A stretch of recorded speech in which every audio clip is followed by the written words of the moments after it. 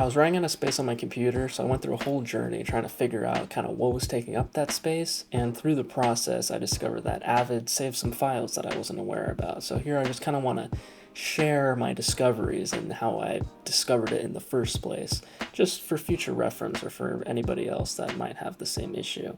I was running out of space and I booted up Grand Perspective, which kind of gives a whole map of every single file on your computer so you can visually see what's taking up the most space. And I saw this red box here, which are a bunch of files that come from Avid Media Composer. So if I right click and I reveal in Finder, it opens up this folder right here called OMFL Media Files. Two things that are weird about this. The first one, why are media files being stored on my Macintosh, that being my computer? I didn't think I had it set to there. Right now I have my media files set to my hard drive. That way the hard drive can take off space from my computer and I can bring the hard drive wherever I want. So here's where I do have the original media. So I was wondering why it even stored on my Macintosh in the first place. The second thing is that it's called OMFL media files, not Avid media files. If it were to store files on the Macintosh, it'd store them in this folder. If I press Command I, it's like less than a gig, way less than a gig, which makes sense because, again, I don't store files on my computer, I store them on the hard drive. So what is this OMFL media files? Well, I can see that they're all audio files. There's like 500 of them.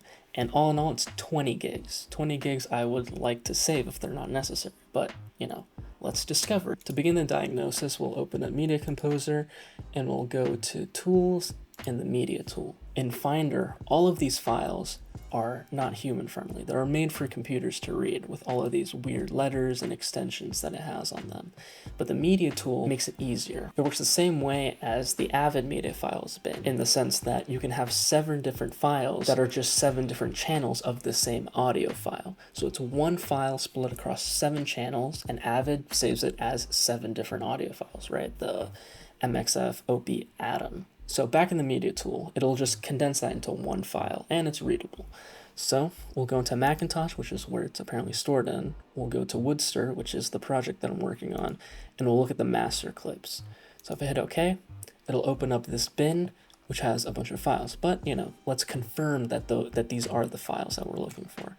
So I can right-click any one of them and hit Reveal File, and we'll see that it takes us to that OMFL media files bin. And like I said, it links to a whole bunch of different clips, but all of these describe the same audio file. It's just the different channels. We can try again with another one.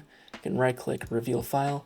It takes us to the exact same spot. And you know, you can go through and click every single one and see that it does link to that folder. And another quick way to check is that every single one of these files is an audio track. There's no visual media here. Another thing that I noticed is that every single one of these audio files ends with the extension .new. And .new files are created when you export an AAF. When you export an AAF for sound, it's usually common practice to just package the audio files within the AAF so they don't have to do like any relinking or anything. But when Avid creates the AAF, it creates new media files in order to be able to package it in the first place.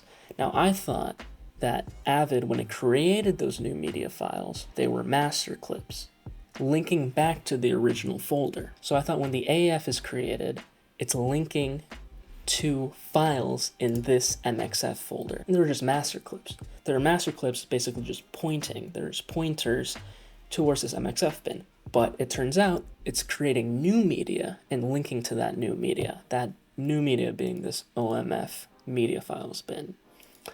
And we can confirm that in another way. When I create an AF, it creates all of those new master clips, and I always drag them into a new bin, and I labeled them residue. So this is a bunch of residue from Reel 4, this is a bunch of residue from Reel 2.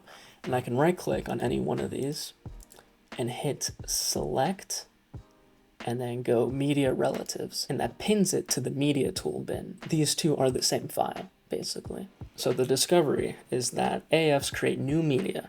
That media is synonymous with the residue that it creates in the bin, this clip in the Media tool, and this clip in the OMFL media files bin that's on the computer.